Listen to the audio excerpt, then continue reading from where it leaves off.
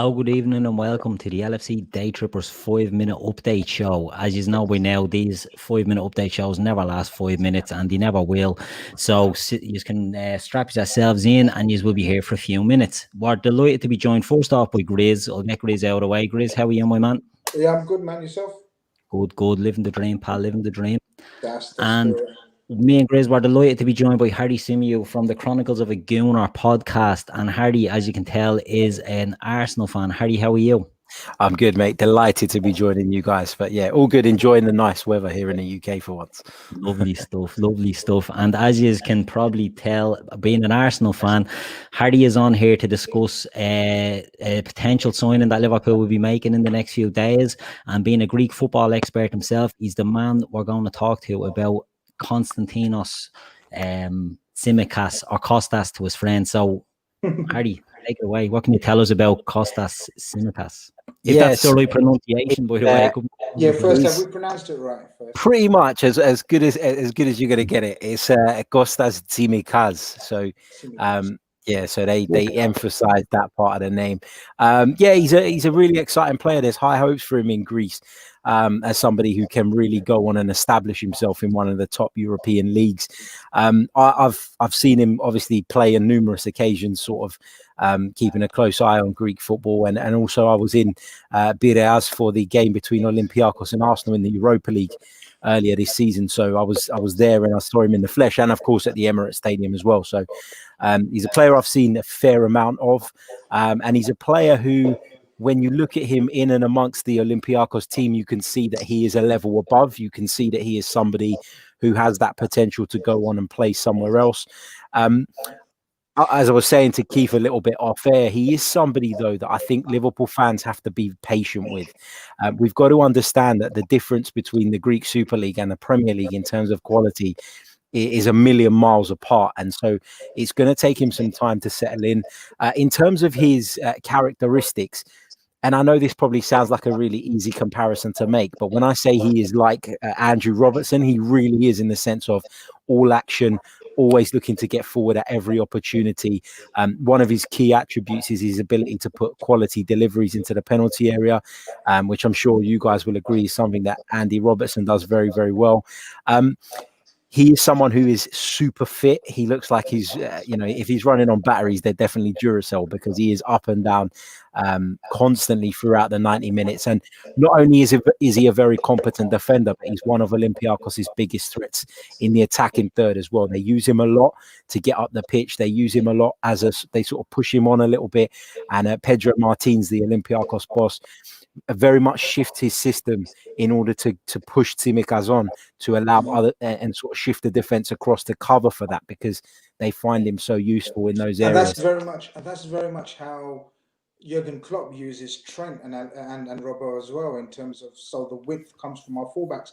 I wanted to ask you, Harry, a lot has been sort of, some people have said about he's very rash, but I think maybe because probably he's young, a lot of comparisons in terms of, like, he dives in a lot. What would you say to people that say that about him?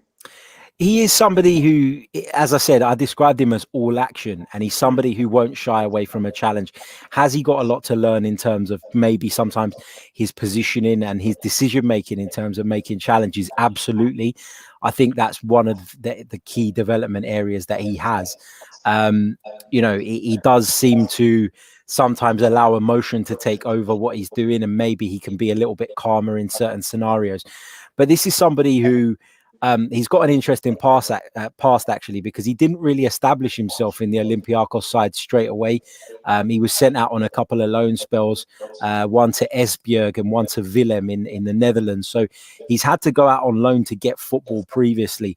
Olympiacos are a club who, although I wouldn't say they operate at an elite level, because they're playing in the Greek Super League, no disrespect to them, but they are a club who there are huge expectations on. They are expected to win the league every year. They're expected to go a certain distance in Europe. And in terms of, as far as football clubs in Greece are concerned, they are by far the most powerful in terms of what they can go out and spend on players. So playing for Olympiacos comes with a great deal of responsibility. And I know I know it's completely different to playing for Liverpool, but in the sense of the expectation being already there and that kind of high pressured environment, Tsimikas is somebody who has experienced that. You know, as you guys will have seen, even just from TV, and I can tell you from real life that the atmosphere in that stadium is red hot every time they play, and there is no room for error. So, you know, in terms of him going into games and playing at this high intensity and playing at a level where he is constantly expected to deliver, that is something that he knows. It also, what's interesting is that he was actually born in Thessaloniki, which is probably known in English more as Salonika, which is in the north of Greece, and there is traditionally a massive rival between the clubs in Salonika and the clubs in Athens, in the Athens area. So for someone who was born in Salonika to go and establish himself in one of the Athenian clubs is a big deal, and he must have something about it, because there is a dislike between those two cities in terms of, particularly in sports, and in a lot of political things as well. But it's interesting that he's a Salonican boy who's made it in Athens, and it says a lot about his character, because he would have no doubt had a hard time at the very beginning. We do see breaking there, Tsimikas already in Liverpool, so it looks like it's really gathering momentum and gathering pace, which is good to see.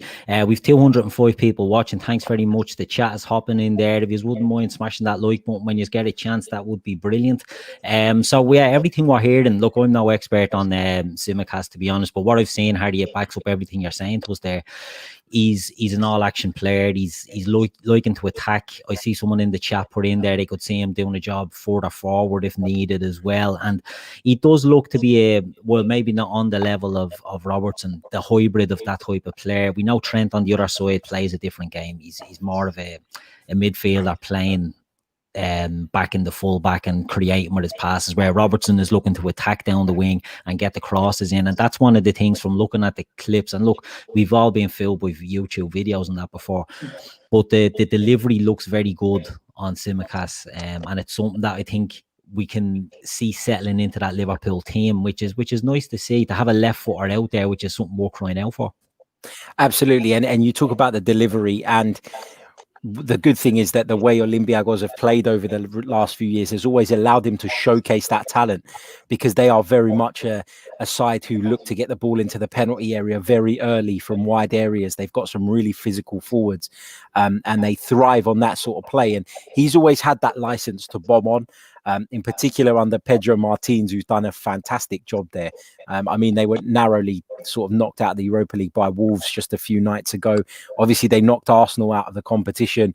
So they're a fairly strong side, and they gave a good account of themselves in the Champions League prior to being eliminated as well. So, you know, they can get results. They are a side who, as I said, although the league is not always the most competitive, they are a side who are used to playing on the biggest stage.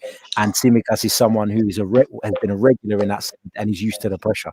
I think that's an amazing point he makes. Sorry, Keith. I think that's an amazing point or insight Harry's given us in terms of Olympiacos are always expected to win every single game, just like very much like Liverpool will be. And so maybe that was one of the decisions, one of the points that swayed Klopp and Co to go towards him as opposed to Jamal Lewis, who's probably coming from a different mindset. You know, I just wanted to ask Harry, someone's asked in the chat as well, has this guy played left wing before or anything? Could he do a job there in certain games maybe? He's not really played too often there for Olympiacos. It's something that he probably could do. Yeah, I think in sort of maybe a little bit of a hybrid position he could sort of play in sort of, you know, that I don't want to say a left winger. I'd rather say a left midfielder. I think he could maybe do that job, but he hasn't played there this season. And that's the key point. A lot of people look at him and they say he should be a winger, he should be this and he should be that. I always find that with fullbacks, the reason they're so effective when they get forward is because they're coming from deep and they're coming late and they're not being picked up all the time, and that gives them that extra bit of room. And I'd question whether he has the, I'm not going to say ability because that's the wrong word, but does he have the trick? Yeah, Subtleties. does he have the trickery maybe to get away from a fullback who was stuck on him all game? I Yeah. don't think so. But he is someone that when the space opens up in front of him, he's got the engine and the motor to get up alongside the play, and he's got the ability to deliver when the opportunities come along. I wouldn't say he's a left midfielder or a left winger, really. Cool. But given some of the attributes he's got, it's not an impossible transition for him to make. Another question someone's after putting in the chat there, and you may or may not be able to answer this. CM Butterbell asked, do you know if he speaks English? I suppose we're a loan spell in Holland, and where else was it? Sweden or something, that he may have probably got some English, but I don't know this for 100% fact. I'd be lying if I said I did. But given sort of what I know about Greece, and I'd be very surprised if he didn't at least have a basic understanding of English. Everybody does there. It is something that they're taught from a very young age, and it is Athens is a very cosmopolitan place nowadays, where there are a lot of cultures, there are a lot of languages, and where you see signs, you'll see them in English and Greek. So I'm very confident that he will at least have a basic understanding of English already. Yeah. I also think the point that you made about the passions and where he comes from, and it's got to have something about his personality and character. And we know that we look deep into characters and personalities of players that we go for. So that's great insight. You know, you talked about sort of how, you know, you've got to have something about you, you know, from that part to be a success where he's playing right now. So it bodes well, man. I mean, I from what I've seen of, as you can imagine, Harry, Liverpool fans have made about thousands of threads and I can imagine YouTube clips of him. He looks really technically sound. You can't tell until, as you said, you play in the Premier League and he gets pressed, but he really looks technically good as well. What I like about him is he plays. Greek football is not always played at the highest tempo. Sometimes you will see it. You watch games and they're a little bit laboured and they're a little bit slow. Tactically, they're quite intriguing, but in terms of the pace in which the game is played, I would compare it more to Serie A in terms of the way they play the game. And so what is going to be interesting is how he adapts. The positive in Tsimikas' favour is that he himself plays quite a high intensity game as an individual, in the sense of when he gets the ball, you see bursts of pace, you see him move it quickly, you see him always looking to make something happen. So for him, it might be less of a transition than somebody who doesn't necessarily have that style to their game. But he is somebody who I am confident can do well in England. But as I said right at the very top of the show, he's going to need some time, and there's going to need to be some patience. And I think it kind of suits him that he's going to be coming in not as the first choice left back, because it allows him some time to embed, to understand the philosophies. Pedro Martins is a coach he's worked very closely with, and he is someone who is very different to Jurgen Klopp in terms of his approach to the game of football. So there will be an adaptation period for sure. It's an excellent point, because as you say, he's not coming in to take on the left back slot immediately. It's not like he has to hit the ground running. So it's good that we can bring him in, and with a lot of Klopp signings, to be honest, they do. Robertson himself took 6 months to really bed in, and we've seen it with Fabinho and other players. You know, they don't automatically go into the team, and the fact that, you know, he's not a starting 11 signing as such, it takes that bit of pressure off him, you know, and he will get chances, he will get game time, and it seems like a sensible move all round, you know, like for the money that's been spoken, £11.7 million or something like that. It seems good business. It just seems like it's one that makes sense for everyone. Now, you might tell us different from the Olympiacos side. How are they financially? Are they in trouble? I don't want to say they're in trouble, because they've got a very wealthy owner. Their owner is the owner of Nottingham Forest here in the UK. His name's Evangelos Marinakis. He's a Greek shipping tycoon, very, very well off. Been under a lot of scrutiny because of some of his dealings. There's a lot of question marks around whether everything that he does is necessarily legal, and that's why there is a lot of hatred towards Olympiacos in Greece. They've always been sort of, I compare them to the Manchester United in the Fergie days, where they were public enemy number one. Everybody dislikes them. There's always a feeling of injustice in the sense of them getting refereeing decisions and things like that. But there's been a couple of seasons where they haven't necessarily been the dominating force recently, and he's come under a lot of scrutiny for that.